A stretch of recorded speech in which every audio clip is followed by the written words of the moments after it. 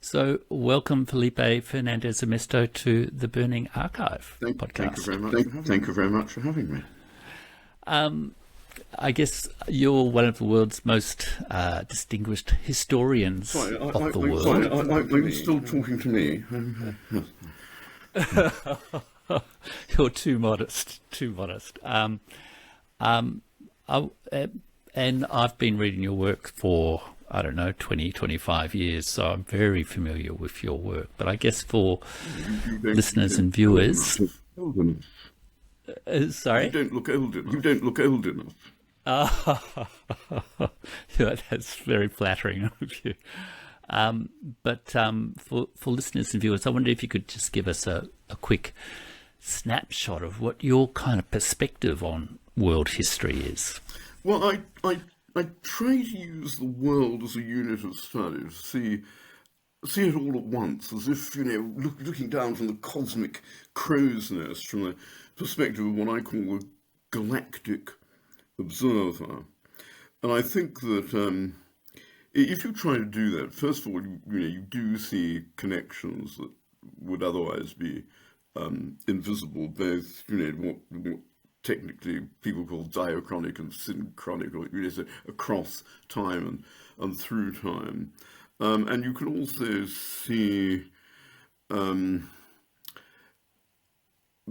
it's almost like trying to contrive the perspective of God, for whom presumably time is a very different sort of thing from the way we experience it. And usually historians are obsessed by chronology. I mean, I've never been any good at dates. I never remember a date.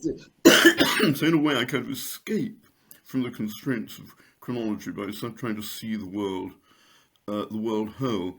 And I think if you do that, if you adopt the perspective of the galactic observer, if you ask how she sees the world, and I use feminine pronoun here, not for reasons of political correctness, but because the only omniscient and omnipresent observer I know is my wife. So I tend to think that the galactic observer must be of the same sex. So when she looks down on us, what does she see? That's the question that I ask. What is it that's really going on all over the world? Or at least all over so much of it that the parts of it that aren't affected are interestingly anomalous. So that's where I say attempt to see the world all at once. All at once.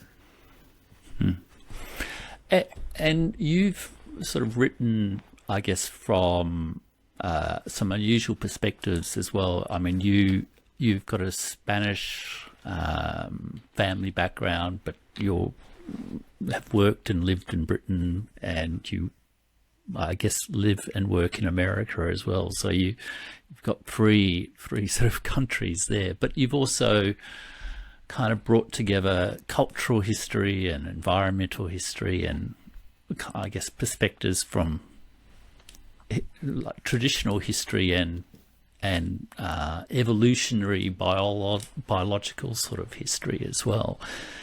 How's that sort of shape your perspective on world history? Yes, well, it's true. Yes, well, quite rightly, quite have to make me sound like a sort of intellectual flivvity gibbet, and it's perfectly true. Like, I can't stick to one thing or to one discipline. And I suppose really the sort of these multiple perspectives do come easily to me because of my very mixed cultural background. I mean, I always think of myself as Spanish. I mean, my mother-in-law, God rest her soul, who travelled in Spain with me, said that it was like being with a werewolf, because when I was in an English-speaking environment, I was exaggeratedly and unconvincingly English. And when I was in Spain, I was equally unconvincingly and equally exaggeratedly Spanish. So I would say, obviously, having those two cultures to start off with is a great help. And you're right that I have adjusted very happily to working in the United States. And, I mean, everybody hates America, but in many ways it's a lovely country, lovely people. It's a great privilege to to work there. So I feel kind of at home. Whenever I cross the Atlantic, when I come back to Europe, I think to myself, how lovely, I'm home. And then when I go back to the United States, I think to myself, how lovely, I'm home. So it is in a way, I suppose my life has equipped me to transcend frontiers, and they don't mean a tremendous amount to me. I don't think I've got an ounce of sort of national feeling really anywhere in my bloodstream. And obviously that is that is a great advantage. Strangely, I think it's a great advantage when you come to look at nations and peoples and states as units of study, which I sometimes do within this effort that I've already described of looking at the world as a whole, because obviously it gives you kind of an objectivity. I mean, I can see the history of Britain and the United States and Spain, warts and all, and I don't reply. It doesn't worry me that, for example, the history of the United States is never a country born in rebellion, nurtured in slavery, forged in civil war, and emerging into the world's great superpower by dint of terrible imperial sort of imposition on other peoples. That's all true of the history of the United States. Yet at the same time, I can see that overall, the effect of the United States on the history of the world has been, broadly speaking, very benign. I think it's very similar if I'm looking at the British Empire or the Spanish global monarchy. I can see where they went wrong morally, and also in practical terms, because neither of those empires was particularly good at keeping its subject peoples alive, and that's actually the most basic duty of any polity, to keep your people alive. So I can see their failures and shortcomings, but I can also see the benignity and charity very often that inspired some of the makers of those empires. So I think it's an advantage, not to be imprisoned in one perspective. And of course, I've always been very interested, from an imperial point of view, I've always been very interested in the perspective of indigenous people, because in most empires, the largest group, not so much in Australia for a very long time, but typically it's the indigenes who make empires what they really are. And I think, again, not for reasons of political correctness, but just to find out the truth and to see what it was really like to be in one of those empires, you've got to adopt an indigenous perspective. The course that I try to teach at the University of Notre Dame, which is where I belong, on Native American documents in Native American languages in the early colonial period of the Spanish monarchy, is perhaps the most rewarding course I've ever devised, and one that I like doing best. That's fascinating. Well, I'd love to come back to that maybe a bit later, but I mean, you've talked about big nations and empires, and you've also written what I find a brilliant book on civilizations, but you once also said that the most important subject in world history is something everyone knows a bit about, which is food. What do you see as the importance of food in world history? Well, it's the thing that you can't do that. So to leave it out, and obviously nowadays historians are very well aware of this, and there's a lot of scholarship on the history of food. But when I started, at one point in my career, I was a professor of environmental history, and when I wanted to give my students something to read about food, which is absolutely essential to environmental history, because this is where we encounter the environment most intimately. It's when we eat it. So I really wanted them to have access to something readable on the history of food, and there wasn't anything, so I kind of had to write the book myself, and obviously I did find it very, very instructive. One of my hopes was that it would give me a pretext for eating a lot under the guise of doing research, and somehow I never managed to eat enough to make it tax deductible. So that's my take on food is essentially it's an aspect of environmental history, but it's also, of course, culture and economy. So my book on the history of food tries to cover, the culture, the economics, and the ecology of food all in one book. And I guess that was what was new and distinctive about it. And why, one time it seemed to be terribly successful. I never look at my royalty checks, but I don't think I think it's kind of, rather been displaced now by other books. I was checking in on that book just in preparation for the interview, because there's been a big discussion in Australia recently about whether the Indigenous people in Australia, the Aborigines, were whether they practiced agriculture, I guess. And I seem to recall in the history of food, you talked about the first example of animal husbandry being the humble snail as an interesting example of sometimes how fuzzy some of those categories of agriculture and technological advancement can be. Yeah, it's a sort of philosopher's cop-out to say it all depends what you mean by agriculture, because it does. Obviously, amongst your listeners, there are lots of people who know far more about Australian Aboriginals than I do. But obviously, they have long before Europeans appeared in Australia.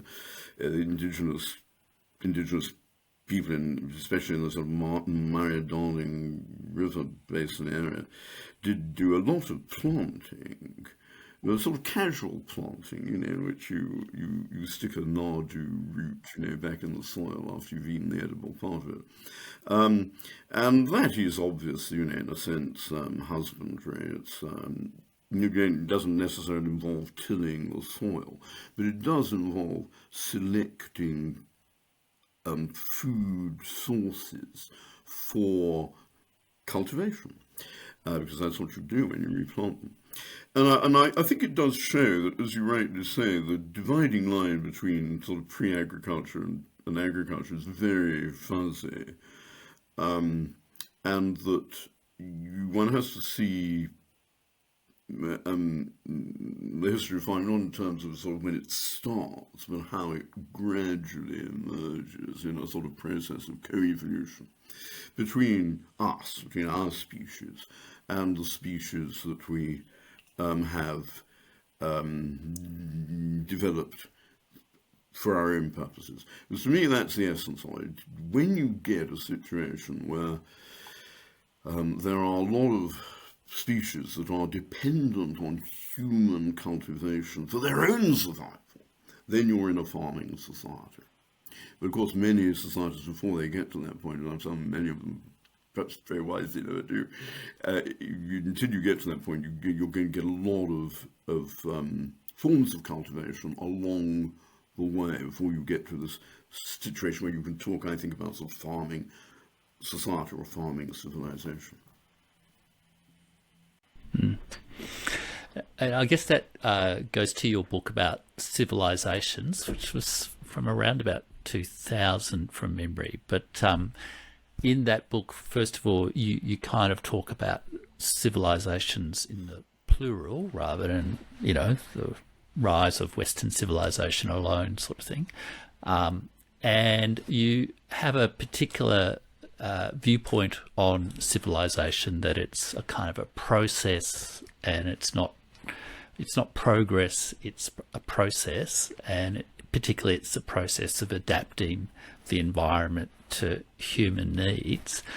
But you also wrote that book, I seem to recall, like you said in the book, that it was a bit of a thought experiment on your part. I wonder what do you think about your book on civilizations 20 years later, especially now that the term civilization seems to be having a bit of a comeback in both a positive and a negative sense. Well, of course, that was exactly what I was trying to avoid. I was trying to take the value, out of the word and ask, what does it really mean? When it's applied most strictly, most meaningfully, most helpfully, when you use it and you get a sense, of what is special about the term, about the objects you're designating as civilizations.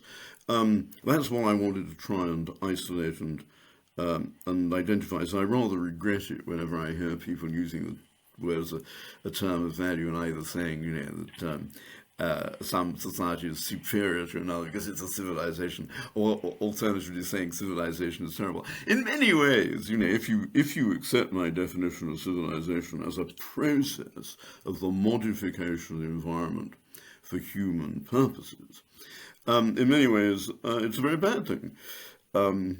You're talking a moment ago about Australian Aboriginals. One of the very impressive things about those guys is that they managed to maintain recognisably a continuous way of life without interruption for scores of thousands of years. Perhaps still a lot of dispute about when Australia was first peopled, but you could be talking about 50,000 years of uninterrupted continuity. That's an amazing achievement. It's actually, most societies are very conservative. What they really want to do is just carry on the way they've always been. They don't want to change. They change in response to the pressures of necessity or to conquest from outside, or to cultural influence from outside. But typically people are conservative, and you've got to acknowledge that when they postpone or avoid change, they're actually succeeding, usually, according to their own lights.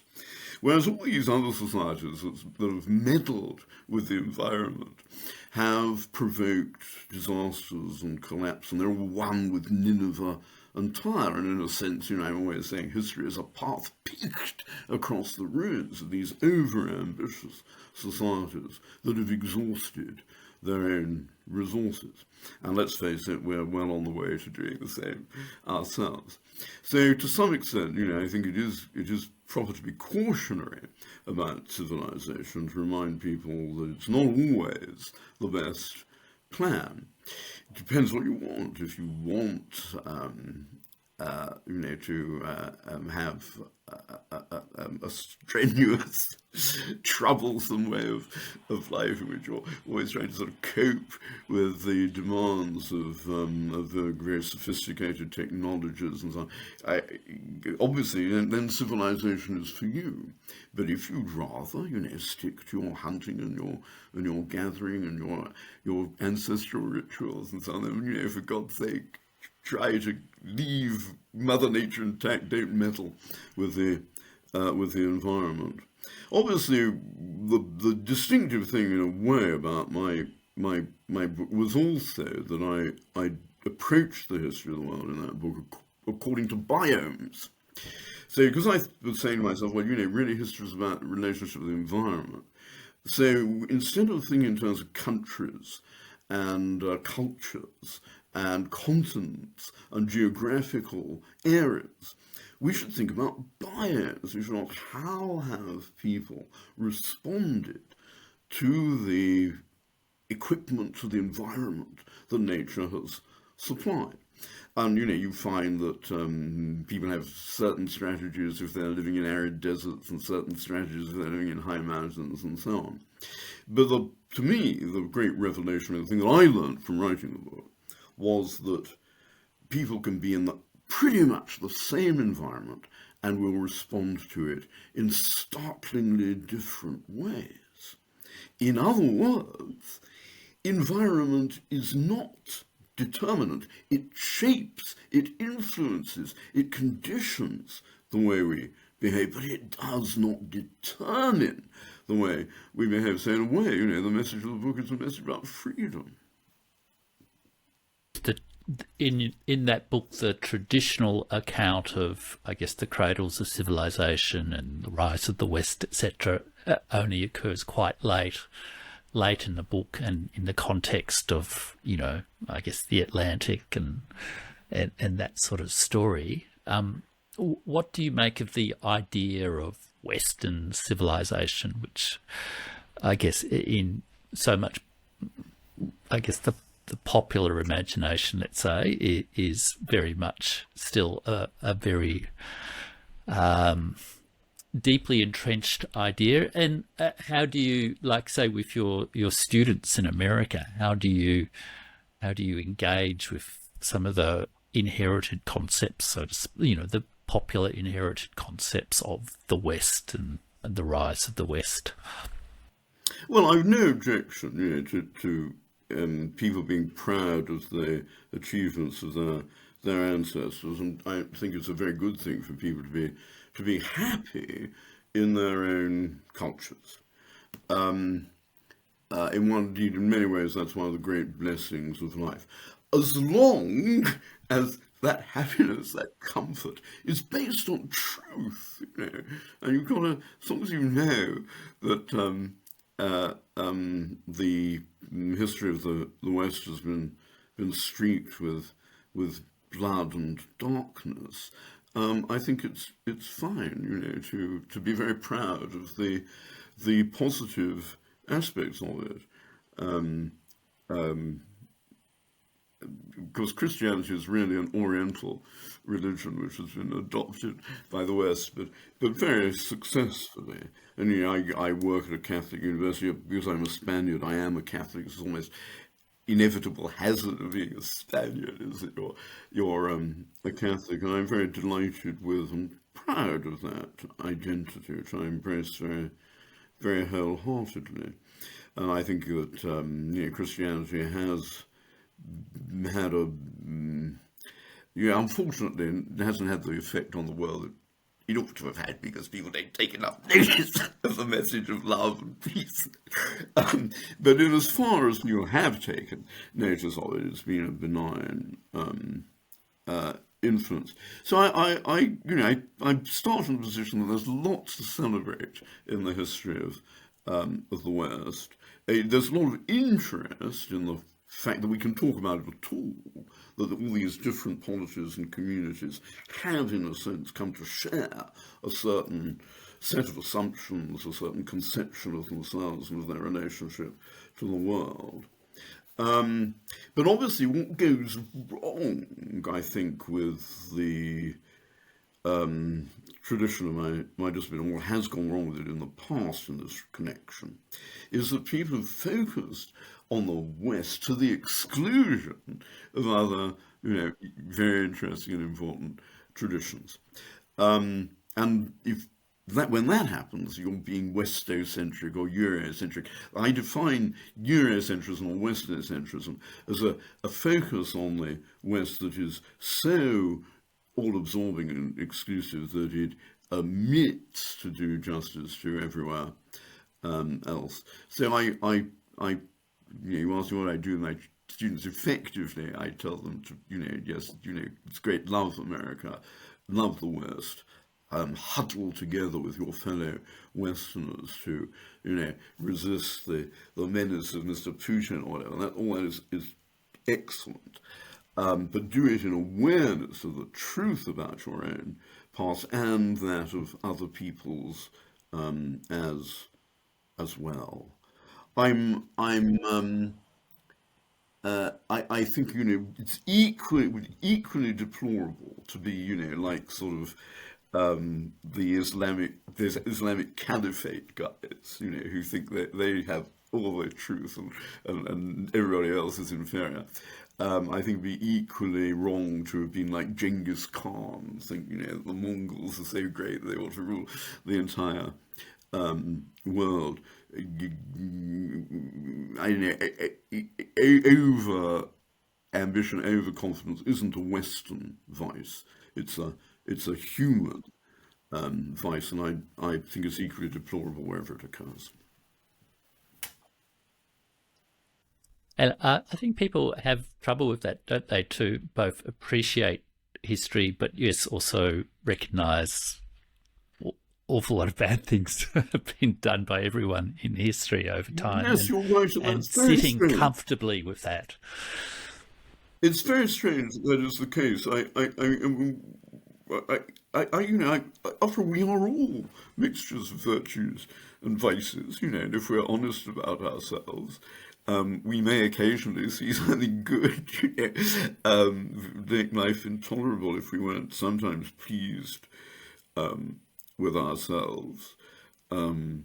But we must, is it possible to be human and not to be aware that one's, my Catholic tradition, we'd say, is sinful. You haven't got a lot of, sort of things that you really ought to regret in your behavior and your attitudes to other people, a lot of vices that are harmful to your own psyche as well.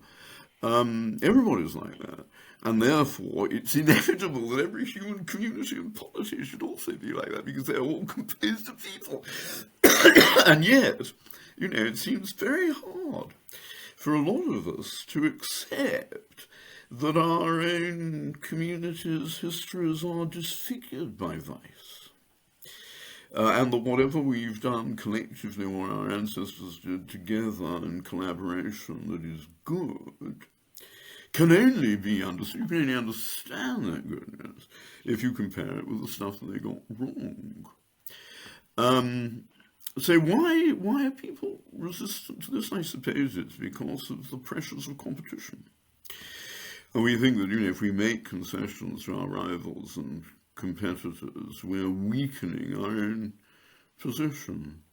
I'm not sure that's the case. I think that on the whole, if you start by examining your own faults, it's likely to make you better and stronger in the long run. But then,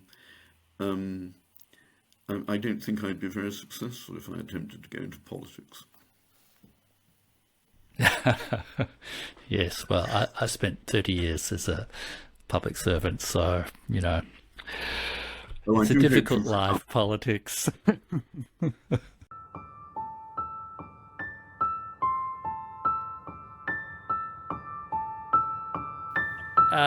You've also written, I think a couple of the books in the background there, Out of Our Minds, and there's a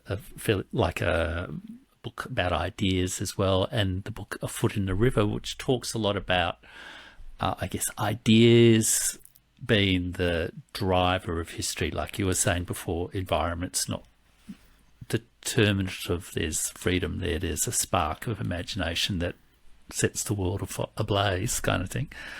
How do you see ideas being the main driving force of history? Well, I think the really basic question that no one ever seems to ask is the question about why there is change at all. I mean, if you go back to the Galactic Museum, the Galactic Observer, and she's looking down on our planet, you ask her, well, what's special about that planet? Well, what's she going to say? She's going to say, well, it's very unusual because there's a lot of life on it. And she's going to say, well, it's very unusual because there are these very dominant species, like wheat and various bacteria and foxes, and amongst those very dominant species, perhaps one of the most conspicuously dominant of the lot is our species, the human species, which is very unusual because we haven't been around for very long in evolutionary terms, and yet we've penetrated an awful lot of the biosphere and exert a tremendous amount of influence over everything else on the planet. And so I think she'd have to say, well, that's the really interesting story, is you've got here a species that has changed so much in such a short time. Why is that? Because bacteria, for example, evolved very, very slowly in spite of reproducing very fast. I mean, there are other biota, I suppose viruses tend to mutate very, very quickly. But humans are very unusual in being very large, slow, very laboriously reproductive species, and yet one's subject to attract a tremendous amount of change. And you've got to ask why. And we never actually ask that question. We don't have an answer. So my book, Foot in a River, was really an attempt to explore that question, and I did take the view in it, and I think this is right. The ideas are the basis of the rapidity of human change in the sense that they're products of imagination.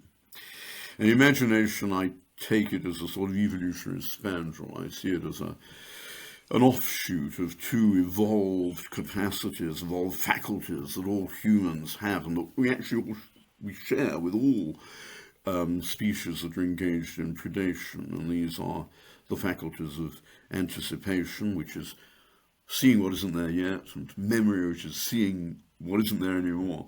And you put them together and you get imagination, which is the power of seeing what isn't there at all.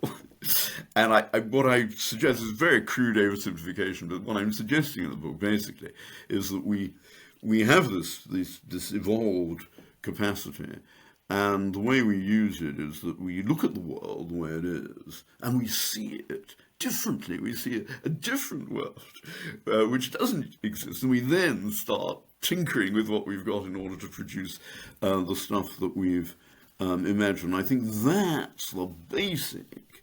If one's asking what is the driving force, what is it that makes us change so much, I think it's that. It's not, for example, a response to environmental change, because environmental change is usually very slow by comparison. Cultural change is very fast. That's an intellectual problem, and that my solution, for what it's worth, is the one that I've just expounded. And it's a fascinating. I remember reading that book and being completely amazed at the idea that animals have cultural life, so to speak. Like the traditional distinction between humans and animals is language, culture, creating symbols, that sort of thing. And yet you talk about how animals have culture too, but there's perhaps unique faculty of the mind of humans that's generated all this change is imagination. And so it's I found it a fascinating combination of those kind of perspectives. Well, thank you very much for kind of you to say so. I mean, I one of the reasons why I ended up being a sort of historian of everything and having no intellectual boundaries is that if you want to understand X, you have to compare it with Y. So if you want to understand Australians, you've got to compare them with, New Zealanders and Canadians and Javanese and South Sea Islanders. If you want to understand the English, you've got to compare them with the French and the Scottish. And if you want to understand Spaniards, you've got to compare them with Portuguese. So you're always looking to broaden the standards of comparison. And if you want to understand humans, you've got to compare them with other animals, because there isn't anything else. No, you can't start comparing them with angels or intergalactic, creatures with green noses and things, because even if those guys exist, we don't know enough about them to engage in a meaningful comparison. So basically, I mean, I chose as my point of comparison other animals, and especially other primates, other social, other cultural animals, other primates above all, because as far as we know, all primates are cultural animals. That's to say, they all have behaviors which are not evolved or instinctive, but which they've learned from each other and passed down from generation to generation. And so I thought that as these guys are very close to us in evolutionary terms, they're the obvious standards of comparison to use. And I found it very instructive, because if you study the cultures of other primates, especially chimpanzees, which are obviously the guys who are closest to us in evolution, if you study the way they behave, it's very interesting. Their behavior does change. And they do have mutable cultures, and from time to time they'll start adopting new practices which they've learned. Very often primatologists have been able, to trace cases where a particular chimpanzee has done something and then taught it to other chimpanzees, and it's become a cultural practice in the tribe or group of chimpanzees concerned. So they do change, but they do it very much more slowly than humans do. And I think the reason for that is that although we know that chimpanzees are very well equipped in terms of memory, they don't seem to be as prone as we are to the use of imagination. They've got these faculties of anticipation and memory, but in chimpanzees, these haven't yet been they haven't yet evolved to the point where they've got the kinds of imaginations that distinguish humans. And again, you've got to ask why that is, and there are lots and lots of different reasons, some of them connected with environmental influences. But I think the basic difference between us and them, again, I'm oversimplifying tremendously, but I think there is something in that. If you put a pistol to my head and say, what's the key difference that accounts for the way chimpanzees have different cultural profiles from human societies, I think the answer is that they have much better memories than we have. And the better your memory, the less scope there is for imagination, because it's when our memories fail that we get new ideas. In many ways, a new idea is just an old idea misremembered. And so although we tend to congratulate ourselves on being the climax and apex of evolution, all that kind of rubbish, there are some ways in which we're absolutely not, in which we're rather badly equipped. And I think memory is the key respect in which humans are actually, relatively speaking, deficient, and our bad memories liberate us to think of a lot of new stuff. That's essentially the case I make out for why humans are the most imaginative primates. And that book also, I guess, poses the question of whether, I guess, change has accelerated over time, perhaps especially, during the 20th century and 21st century, and whether change is getting so much nowadays that it's becoming difficult for us to cope with our because we also need that sort of sense of, like you were describing, indigenous societies or some like Aboriginal societies in Australia being more conservative or continuous. And so your history then that book almost, goes from evolutionary history right up to that over-discussed person, Donald Trump, and whether this sort of reaction to too much change has been sort of populism in the world. How well do you think we're all coping with change today?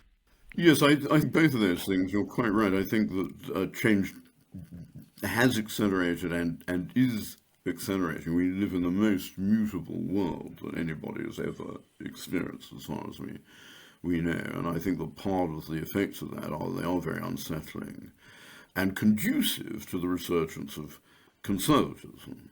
I mean, I don't know whether, Donald Trump, he never seemed to me to be, terribly representative of anybody's interests other than his own.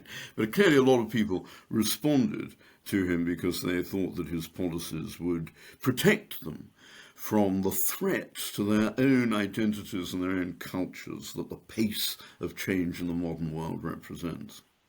I do think, on the other hand, that one's got to say that there are some areas of human life that are apparently almost immune from change. There isn't enough change. I mean, we never seem to get better morally.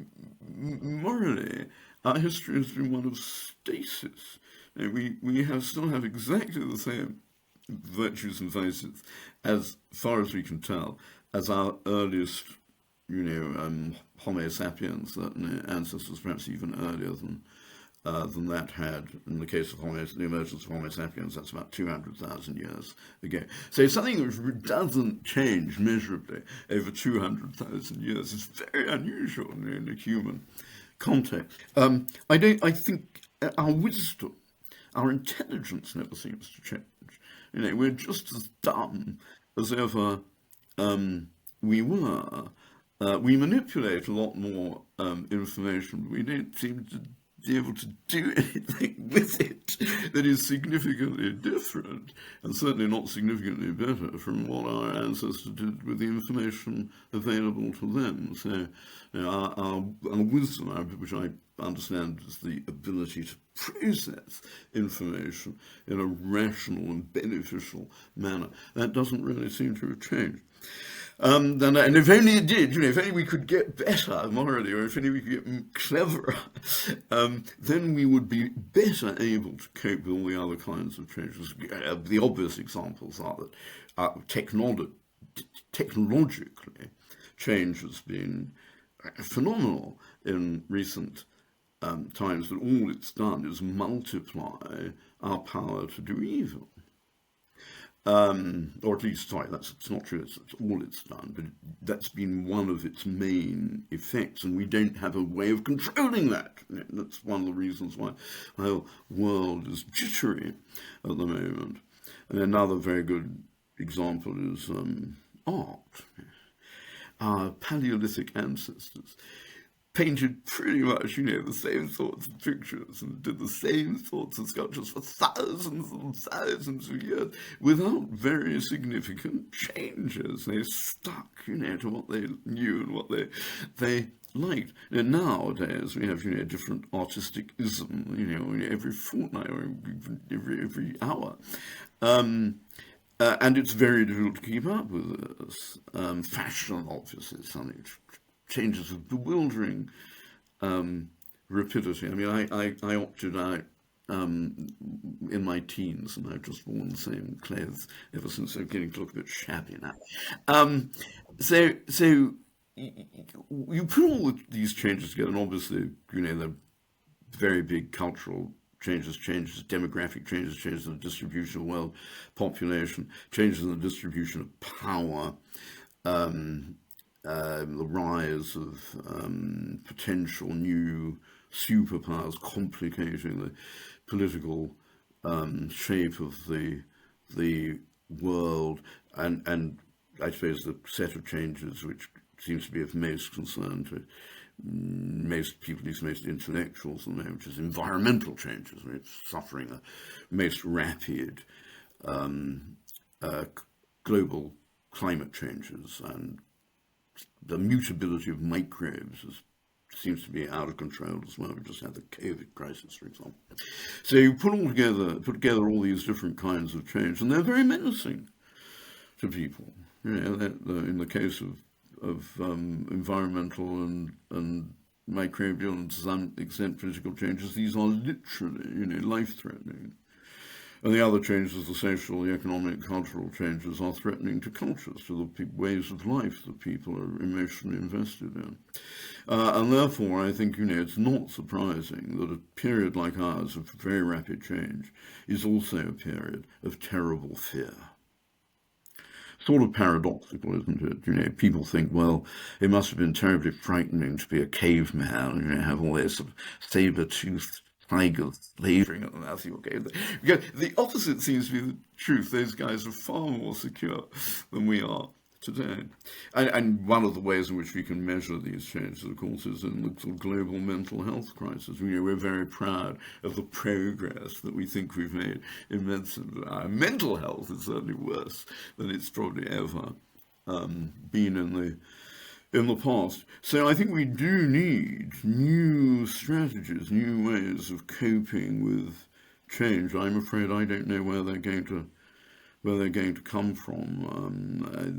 The conservative reaction seems to be the only means that people are particularly deploying at present in order to cope with these bewildering and unsettling effects of change.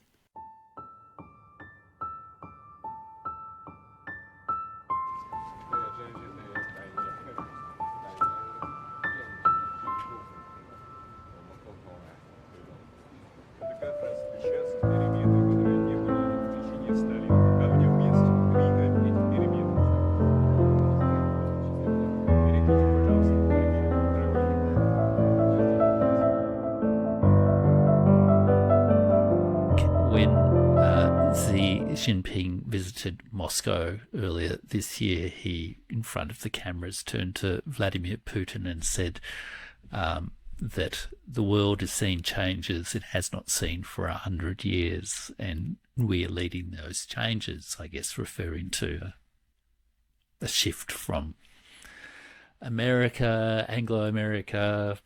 I'm not entirely sure what he had in mind, but presumably changes in the big international systems of the world. Do you think that's true, that we're seeing bigger changes now than we have for 100 years? Because the last 100 years have seen a couple of world wars and a couple of revolutions. God knows, many things.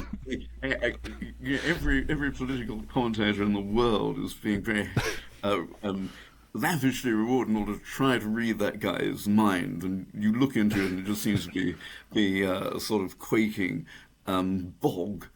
So I'm not sure that I'm going to second guess Mr.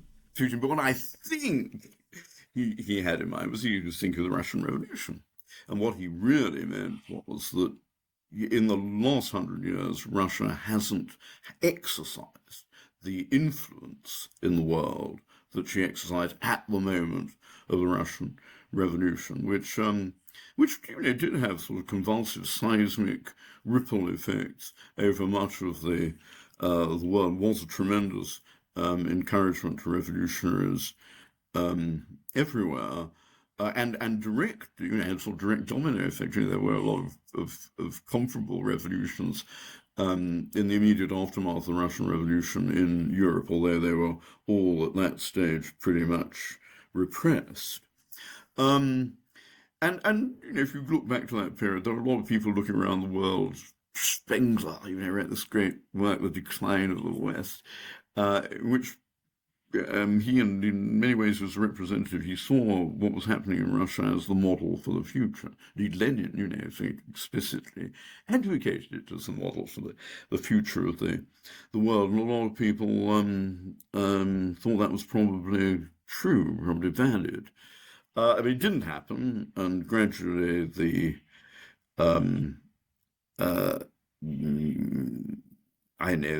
recommendability of the Russian model seemed to erode.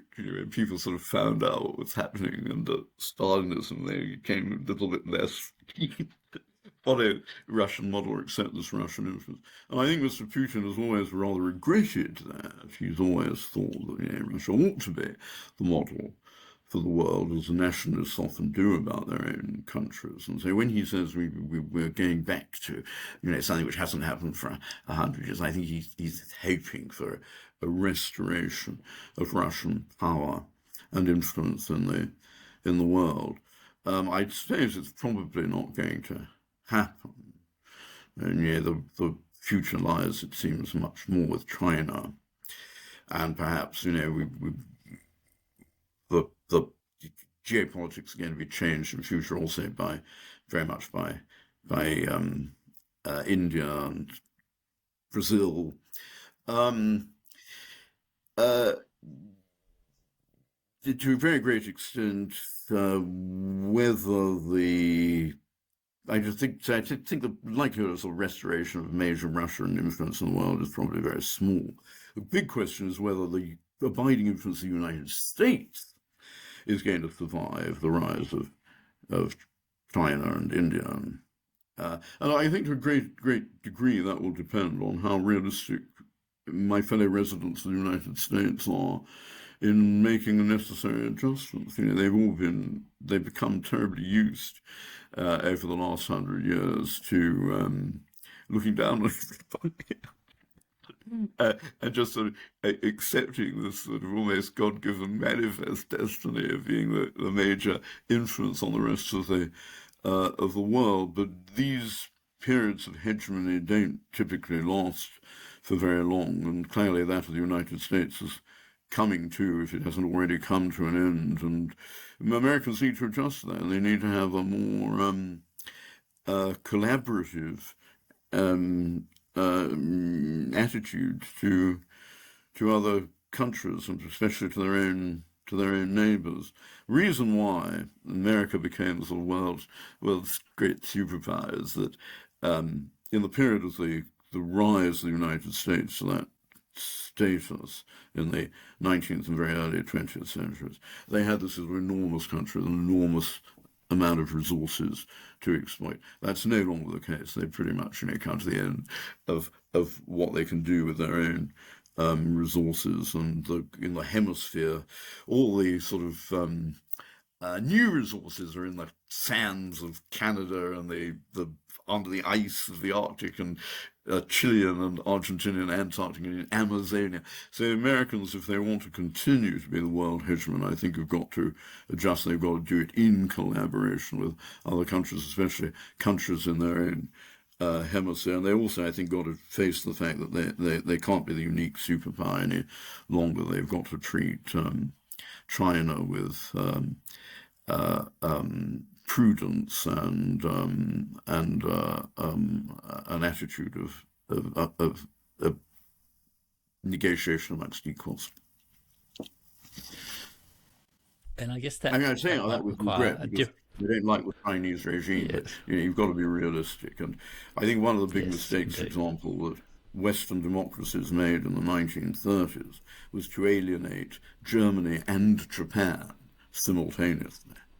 And I think it's an equal mistake at the moment to be alienating Russia and China simultaneously. I don't like the Chinese regime, but I think we do need to be more accommodating if we don't want to drive Putin and Xi into the sort of alliance that Germany and Japan inflicted on the rest of the world. Mm. And it's a very salient debate in Australia at the moment too, because, well, I mean, America's our security partner, China's our principal economic partner or economic relationship, and the idea of a war in the South China Sea is not anyone's wish, really. But or at least there are a few Americans who perhaps do wish it. I fear. Well, I definitely think in Australia you are in a position to look realistically at this relationship between America and China and give both sides good advice. Because one of the things that worries me living in the United States is that people seem to be incapable of seeing China as anything except an enemy. And obviously that is going to be a self-fulfilling prophecy. If people are always saying, well, we've got to have more ships, more missiles. This is seems to me the way to proceed would be to try and find some accommodation, which you wouldn't need continually, to be upping the ante and increasing the risks of a war starting by accident or misunderstanding. But you start from the position that there are so few common interests that it's not worth trying to negotiate, trying to sort of divvy up what's at stake. If you start from that position, I think that you can only exacerbate the enmity. And I'm afraid that's what's happening at the moment. Relations between China and the United States are deteriorating just at the time when what the world needs is them to be improving. True, very true. And I remember once one of my YouTube viewers asked me, is there a way to encourage America to be more comfortable in a, like a multipolar world, which I guess is a shorthand people use for that sort of more equanimity of relationship between people. And my best response to this viewer was to say, well, they should read Felipe Fernández-Armesto's Oh, book on the history of America, and how well, thank you, and split it's not the loyalty with usual you. Anglo-American story. It's a more complex warp and weft of many cultures. What's your perspective on the Hispanic history of America?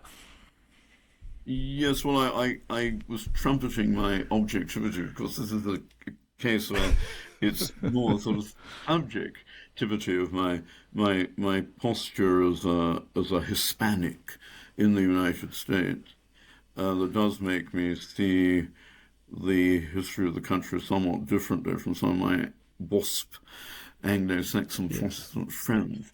Um, um, yes, the standard account, and it's still, unfortunately, this is still the standard account that most American children get at school, is that the United States is the product of a movement of people and ideas across the continent from east to west.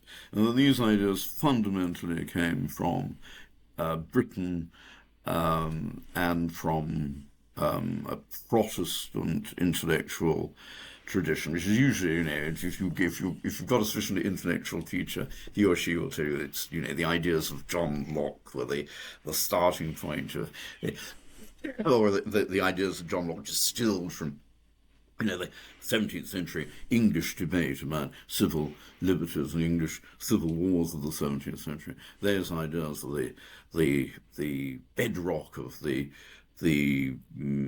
equipment, mental equipment, intellectual equipment the founding fathers worked with that created the United States. And the result is, everybody else who's contributed to the United States, including Native Americans and blacks and Jews and Italians and Poles and Germans and all the other 19th century immigrants, without whom, without those people, America wouldn't be what she is. It should be a different country. So all of those stories tend to get underrepresented. But the most underrepresented of all is the Hispanic story of the United States, because Spanish was spoken in the territory of the United States for much longer than English. Spanish political and economic ideas, above all religious ideas, were introduced into the territory of what is now the United States long before there were any English settlers. And to some extent, our picture of a country built from east to west, although it's perfectly valid in itself, is incomplete. And as you also see, the country was built by another process of colonization from south to north. And of course, Americans also fail to acknowledge typically that the Spanish contribution to American independence was absolutely vital. There were more Spaniards fighting for American independence from 1779 onwards than from people from the 13 colonies. And the materiel and the money, mainly came from Spain. And France, of course, contributed. Everybody knows France contributed a lot, but the Spanish contribution was actually much bigger than the French one. So, however you measure it. So in all of these respects, and the way the country was forged by this convergence of movements from east to west and movements from south to north, and in terms of the influence of Spanish culture, and in terms of the direct Spanish contribution to the making of the United States independence and the Revolutionary War, the Hispanic part of the story is absolutely crucial. You can't begin to understand America if you don't take it into account. So in my book on American history, I kind of left out everything else on the grounds people knew about that and focused on the Hispanic story. To some extent, the Hispanic story is, of course, also an indigenous and a black story, so those perspectives do come into it. but my intention was simply to restore a part of the picture that's usually omitted. And to some extent, I suppose it was quite a successful book because it did attract a lot of comment, and it does seem to have influenced some teaching of US history. A lot of students do seem to read it, or to at least have been given extracts from it by their professors. And it does show that you can get people to rethink their past, but it's very difficult to do it other than by way of add-ons. Fundamental rethinking of history is very hard to achieve, and it's usually achievable only under conditions of terrible political oppression. So, if you censor out all the different perspectives and impose a single one by force, by silencing the opposition, by mandating the compulsory use of tendentious texts, all that kind of stuff, that's how you can change people's fundamental understanding of the past. If you're just a sort of scholar in a university in northern Indiana, your power is very limited. You've had an extraordinary career as a historian, and I haven't asked you about your various books on exploration yet, because the latest book is it's called Straits Beyond the Myth of Magellan. That's right, and in a way that's also a bit of a story of the power of ideas to drive people forward into both great achievements and grand follies, perhaps. And I think that you've also written a biography of Columbus and wrote a global history of exploration. Writing about explorers has been a big part of your professional career, I guess. What are your reflections on those individuals? Yes. Well, I was going to say I read a biography of Vespucci as well. I'm quite fond of that book because I showed that in his youth he made his living as a pimp. And I think it's just delightful, to know that this vast hemisphere and the world's superpower are named after a pimp. But I think the reason why I've always been interested in exploration is because it's usually the first stage in cultural exchange. Cultures come into contact and begin to exchange ideas and influence and behaviors and food. They start to exchange those when they come into contact with one another, and explorers who forge the roots of contact and who re-establish connections between formerly sundered cultures. And personally, I think that cultural exchange is a very good thing. I think it's enriching, to have access to somebody else's culture. I love being, in a place where there are lots of immigrants, because, I just can learn so much from them. And sometimes they've got ways of doing things which are better than one's own ancestors, and very often cultures, adopt the culture of the stranger. Empires have been very effective ways of modifying cultures, very often, beneficial for people's good, sometimes for evil, but as I was saying earlier, there's always a mixture of good and bad effects in these processes. So I'm really interested in the exchange of culture, why it happens, what are the effects of it, and therefore I'm interested in how it starts. And as I say, very often it starts with exploration. That's the basis of my interest in that subject.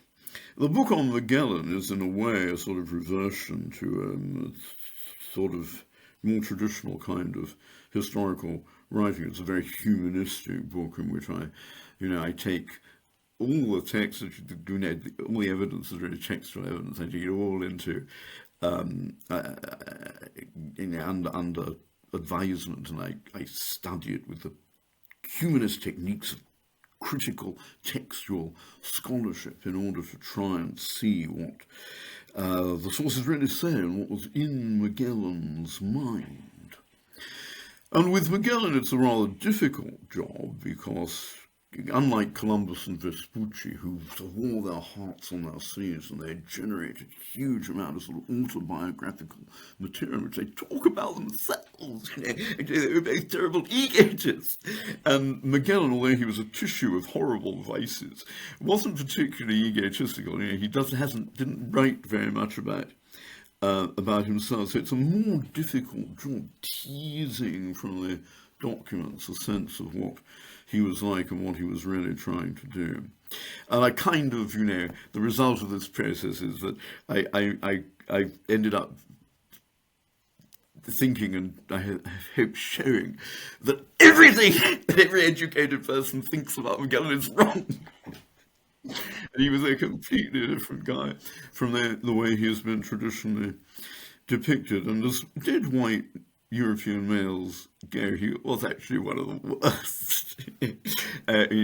His crimes involved treason, murder, judicial murder, abuse of justice, arson, and massacre. It's not a great record of good works. But of course, he also did have great virtues of dauntless courage and persistence, and I suppose that sort of, you were talking about how about being driven by ideas, and certainly Magellan was a very driven person. But the ideas that he was driven by turn out not to have been, scientific ideas or ideas about circumnavigating the world or anything like that. It turns out that he was driven really by social ambition. He was an orphan who grew up at the Portuguese court. He was a sort of poor kid in a school of rich kids. He wore a chip on his shoulder. He always wanted to recover this noble birthright that he thought he had forfeited. He wanted to be knighted. You were brought up at the Portuguese court. The ultimate, objective of the education wasn't a diploma; it was a knighthood. And he never got it. So that's pretty crudely. That's really why he deserted Portugal, went to Spain, where he was much better received, and was put in command of this extraordinary expedition to find a route to the Spice Islands. And the reason for that was that at the time, spices were, by unit of bulk, hugely the most valuable products in the world. You make gold and silver look like crap. So he goes off to find the Spice Island, and of course the voyage is the most complete disaster. He mismanages it at every stage, and he provokes a mutiny. He has to put a lot of his own men and officers to death. He loses all, and ultimately the expedition ends up losing all but one of its ships. 90% of the expeditionary force dies or is captured by enemies. I mean, long-range voyages in the 16th century were very hard, and very costly. But even by the standards of the time, so 90% death rate is, not commendable. And one of the extraordinary elements of the story, one of those things which makes it such a dramatic story, I don't know whether I tell it well enough, but potentially, it's a great story because he drives on, even when failure is obvious. And he doesn't give up, and some of his men desert and mutiny, but some of them stick with him, and they just carry on in defiance of reality. And I think that's because, to some extent, they were inspired by romance. Magellan's vision of himself was as the hero of a traditional chivalric romance, and he was trying to realise in his own life the plot of a novel. And eventually he dies in battle, I think in a deliberately contrived way. I think by that stage he knows he can't go home. If he goes home, he's just going to be tried for all his crimes. He can't stay where he is because he's mismanaged his relationship with indigenous people, and he dies in battle against a native army. In a way that I think is differently contrived to create a sort of legend of himself. I think he models his end on one of the most famous stories of chivalric romance, which is the story of Roland, who dies in battle against the Moors because he's too proud.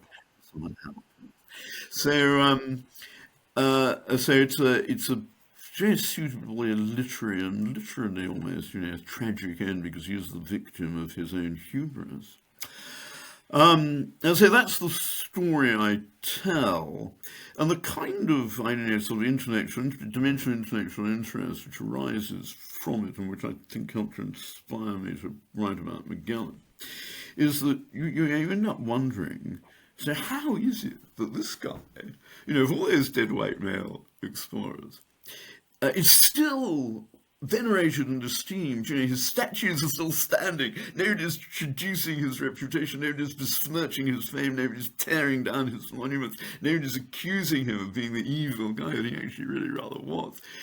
Whereas relatively nice chaps like Columbus, those guys are in real trouble. They're the most hated people in the world today. So it tells you something, or it suggests a problem about the vagaries of reputation. Why do some guys get the brickbats and others get the garlands? That's a really interesting problem, which I think has never really been adequately investigated or solved. In Magellan's case, what it's worth, I think the explanation, in part at least, is that although he didn't, like Winston Churchill, guarantee his fame by writing the history himself, he did get a stooge to write it for him. That's other very interesting character in the book, Antonio Pigafetta, who is somewhat under Magellan's spell. He's one of the very few survivors of the voyage, and who writes this very appreciative account of the valor and intrepidity and leadership of his fallen captain. I think that really set the tone for the historiography of Magellan until now, and I've tried to discard that and show you what the truth really was. Sounds a wonderful story. It has echoes of Don Quixote for me, with the the man obsessed with chivalric romance engaging. Well, exactly. Perhaps rather less generously minded folly. Well, exactly, because Don Quixote is a very good example of a romance who models his life on it, and many of these explorers did. You know that Pedro de Quirós, who discovered La Australia del Espíritu Santo, that was in 1605. This is a story that I suppose most Australians know. 1605, that was the year of the publication of Don Quixote. So he was, and Pedro de Quirós was doing exactly what Don Quixote was doing, but just on a global scale. He was sailing off to have an adventure and find a new land and conquer it and fight monsters, and he was expecting all that to happen to himself. He took on that voyage blue cloth to make knightly habits for all the members of his crew whom he was going to give them knighthoods when they achieved their objective. Indeed he did. He had a ceremony which he knighted them all, including the black cooks. Have you looked at Captain James? I mean, I'd be amiss as an Australian if I didn't ask you about Captain James Cook, because in a way he's a similar explorer figure, and who's similarly been, I guess, caught up in recent years in the debate. Some of his statues have been defaced and things like that, and there's been debates about his role in history. But in my admittedly amateurish impression, he is often one of the very few figures out of Australian history who ever gets into general surveys of world history. Like, he's one of the few known figures, even though he didn't have much contact with Australia as such, but he's one of those very significant figures in terms of the opening up of the Pacific, and his own death is a very tragic story as well, a tragic misunderstanding. Do you know, have you looked much at Cook in your... Well, yes, of course. I'm not opposite. I haven't Yes, devoted special. So I'd say my knowledge of Captain Cook is general knowledge, but pretty good general knowledge. yes, And he comes. I'm here. I try to devise at least one new course in my teaching because I think it's very easy, especially at my age, to get stale as a teacher. So for this coming semester, I'm introducing a new course on the history of exploration, in which the works of Cook do appear, and I give the students some extracts from the resolution journals to study. And obviously, he genuinely is a very important figure in the history of the world because, again, this is putting it very crudely, but broadly speaking, before Cook, the Pacific was known really only in terms of the main wind corridors. People zoomed back and forth along the main routes of access between the Atlantic and the Pacific, and between Asia and the Americas. And Cook was outstanding, right, quite exceptional in covering, the bits that other explorers had left out. And he also, obviously, in the quality of his chart making. And it's stunning, when you look at, he made a few mistakes. And one of the interesting things about Cook was that he was a very open-minded guy, and when in his journals he thought to say, well, I got this wrong, and now we know a bit better about that.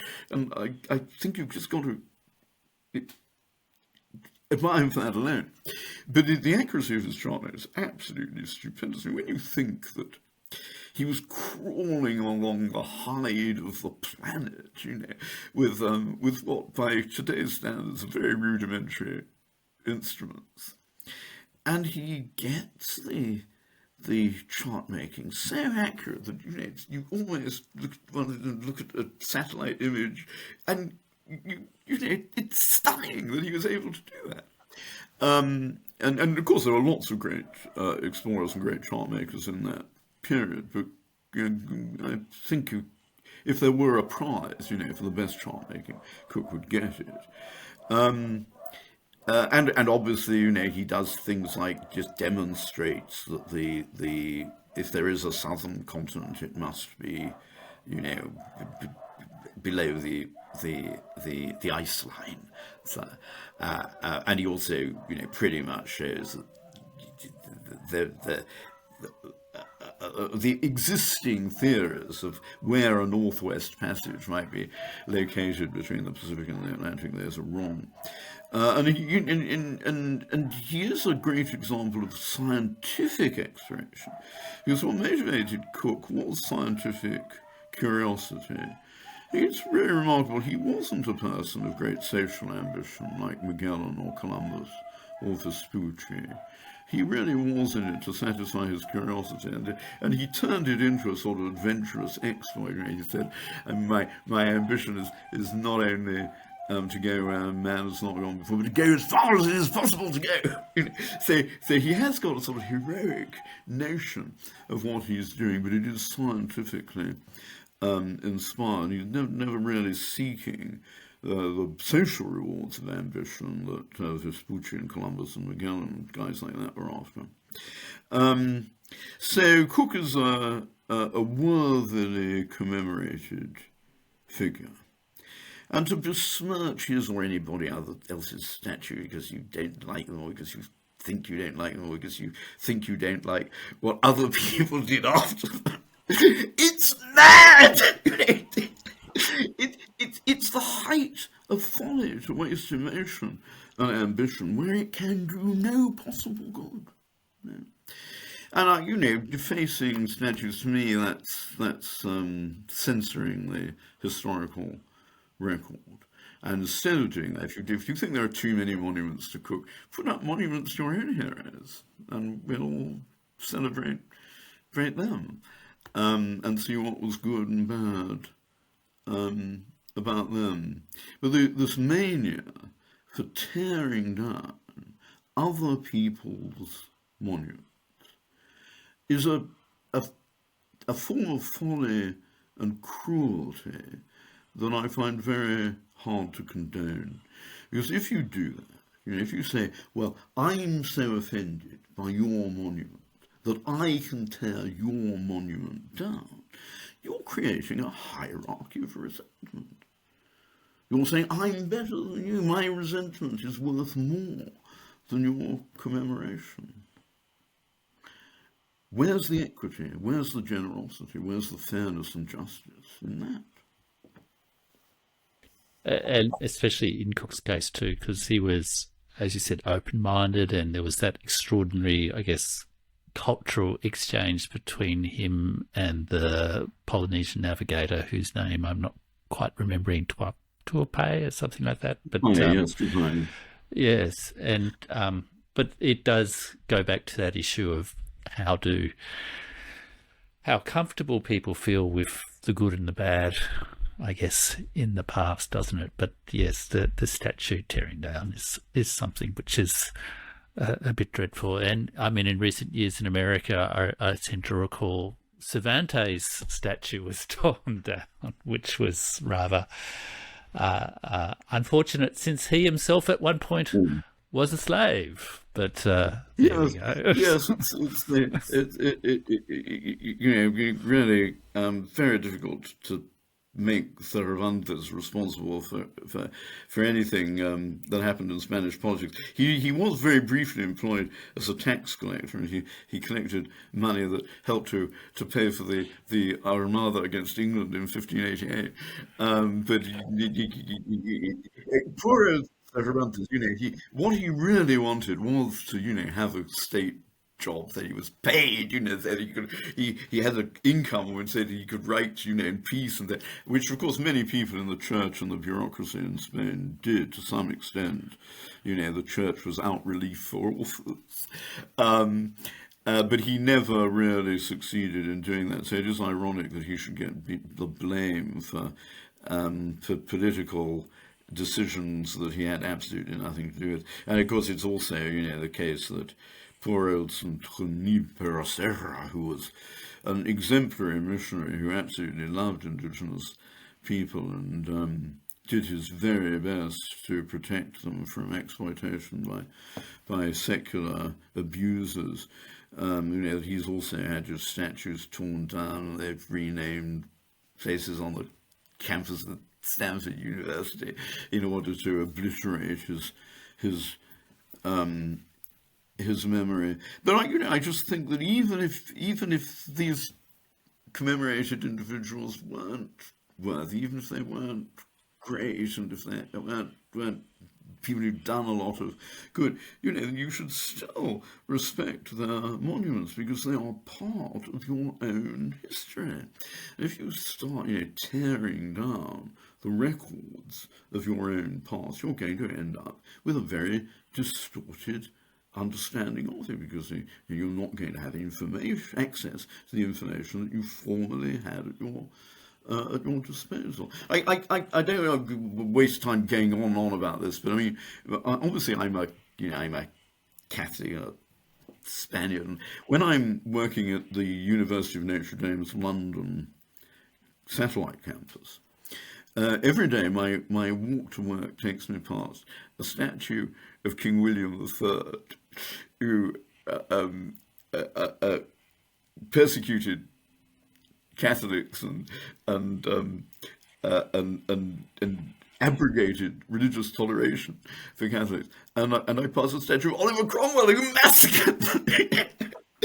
And I don't say to myself, I rather tear those statues down. I say to myself, if I'm going to understand other people in Britain, I've got to see why they admired and loved these these guys. You've got to see what they brought to the history of the country, what was positive. I know about their crimes and their wickedness and their evil, just about as I know about those that I'm guilty of myself. But acknowledging that is part of also, understanding the positive aspects, without which an account merely of crime and folly would be extremely unrepresentative of the truth. And in a way, that brings me Oh, to. there's another example I'd like to mention, which is in Helsinki. Oh yes, Helsinki. I don't know if you've been there, so it's a wonderful city. But the most conspicuous monument in Helsinki, which is right on the waterfront with the National Cathedral behind it, is this huge thing dedicated to Tsar Alexander II. And you couldn't have, in Finnish history, you couldn't have a more representative figure of the enemy. Yeah, Yes. and the Finns love this monument, and they're very happy with it. And you see children, school children, being taught, well, here's this guy, and he was our enemy, but we can still respect him.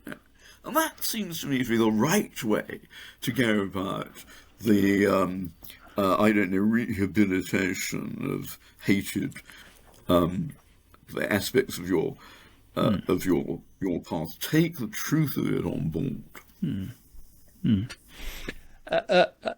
That's a great example. And Alexander II was the very within the spectrum, the relatively more. Was he which Tsar was he? Was he the Tsar who emancipated the serfs, or was he the more reactionary one in the mid-19th century? I can't quite remember, but anyhow, he was quite oppressive towards Finland. You put me there because as I told you, I can't remember dates, and I now can't remember where. I think the emancipation of the serfs, I think, was in the 1860s. Yes, wasn't it? that's right. Yes, yes. Yes. So, but then I can't remember the dates of the particulars. Yes. But the point is that from the Finnish perspective, he's an oppressor and an enemy and someone who tried to sort of rustify Finland. So if there were anybody you'd expect a Finnish nationalist to want to tear down, it would be his image. But that sort of nicely brings me to, I guess, my final question, Felipe, and you've been very generous with your time. We've gone a bit beyond the hour. I hope that's okay with you. But I guess my last question was, like, obviously you've been a professional historian. You've know an enormous amount about history as an academic discipline as well. But I wonder how you find that a sense of the past helps you in your to just live a good life in the present, so to speak. Not just as a professional historian, but to bring it into your awareness of things like statues and the multiple heritage and cultural exchange. How do you see a sense of the past contributing to a good life for you as a person? When I get to lead a good life, I'll try and tell you, because obviously I wouldn't set myself up as a model of moral behaviour. Nonetheless, I think there are some benefits to be had from the study of history, and you've alluded really to both of them. One is that it does give you some ability to situate yourself in the world you inhabit. So, one of the reasons why I think it's right for children to know the history of their own communities, their own localities, and their own countries, is so that, when they wander around the streets of their home village or town or city, or when they travel in the countryside, they have a sense of why it is the way it is, and that they belong in a place which has those kinds of buildings and those kinds of hedging and those kinds of field layouts and those kinds of animals and so on. and part of that security is, I think, part of the antidote to the fear that we were talking about earlier. So I think if you are at home in your own environment and you have some understanding of why it's the way it is, that is a source of emotional security. And the second thing that it can do for you is that, in a way, I mean, I don't think it's done this for me, but it can make you a better person. Because the whole point of history, the objective, if you're studying it, is to try and sympathize with people in other times and other cultures. Try to reconstruct what it felt like to be there. And if you can do that for the past, then you can do it for your contemporaries in cultures other than your own, because the mastery of information, the application of disciplined imagination, the techniques for understanding the past are the same as those for understanding cultures other than your own in the present. So it can, turn human understanding into a sort of a science, and it can equip you to live at peace and mutual appreciation, constructive imitation. People get worried about cultural appropriation. It's a very good thing to learn from others and imitate them. So it equips you to do those things in peace and amity with your neighbours. And I never thought that anything in education needs justification. It's its own justification. We're born with minds. Let's use this work, make them work, in order to try and keep them active and, if possible, even improve them. So education doesn't need any justification. No particular discipline needs any justification. But if you want a justification for including history amongst the stuff that you teach people, those are the two things. Helps them situate themselves in their world, and it helps them understand ways of life and thought different from their own. Fantastic. Well, thank you, Felipe Fernández-Armesto, for a wonderful interview. Can I just ask you one last little postscript? Are you working on another book? Are you writing another book? Yes, I don't know whether it's an addiction or what it is. And no one will be able to stop me. Perhaps. Yes, I'm writing a history of primatology, because, as I was saying earlier, I think that non-human primates are the species that we can learn most from. They're the ones most likely to say they're the obvious point of comparison. And the history of our relationship with them is therefore, a subject of tremendous interest. And I don't think it's been well done in the past. And for many years now, I've done a course. I've been teaching a course at the University of Notre Dame on the history of primatology, and I think I've got to the point now where I can write the book. And of course, it is full of great, fantastic, great stories. If there's one species that entertains us better than our own, well, some people would say dogs. They're very entertaining, but I think that it's non-human primates, especially chimpanzees, a wonderful source of insights into ourselves. Marvellous. Well, thank you very much. Thank you again so much. It's been a wonderful interview, and thanks so much for your time. Well, it's very kind of you. Very kind of you.